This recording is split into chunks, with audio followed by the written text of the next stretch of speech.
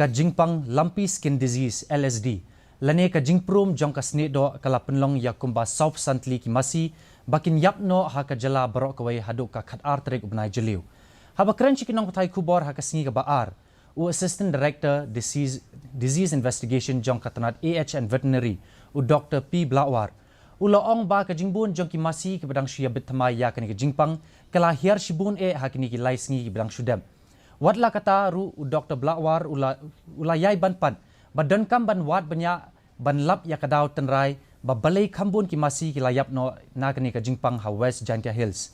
Habala kli syapang ka jingpang African Swine Fever ASF. Ulaong ba katanat AH and Veterinary kam shim layok pedang ya kanu ka kaipot halor ka jingyap jong kisnyang ha kanu ka benta jong kani ka jala hadu ka artrik ubnai jeliu.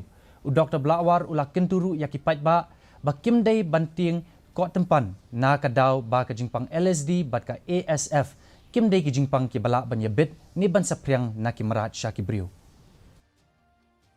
Ranta sa payday bat ni jingpang ki masti ni LSD kumahon ne bagi memberikan ya panik mar beli yu larang ni treat ikini ki masti ni ki jam pek ngan chu IV statistic sendet na chu pek na kani ka kon ba kini ki dan kumandri wajar news pa kli ikini ki masti mo ba kempang nia hari jungi na kini na bang ila eye treatment ki ba jam ki de hadu lajar news pa kenda mur lajar prospa to more or less kalau pembahasan 4% ni jam dia nak kenal ndi ba kini panik larang ni treat ia kapor bobiang kini ki masih kila pancam bat me kini ki masih ki bayap ru kini ma ongai fi ki bala ki bayap kumba sok santli enai bon ki dei kini ki masih lun bapo ka saubnai karta U Shongkenor ubadairu hakajuk kapor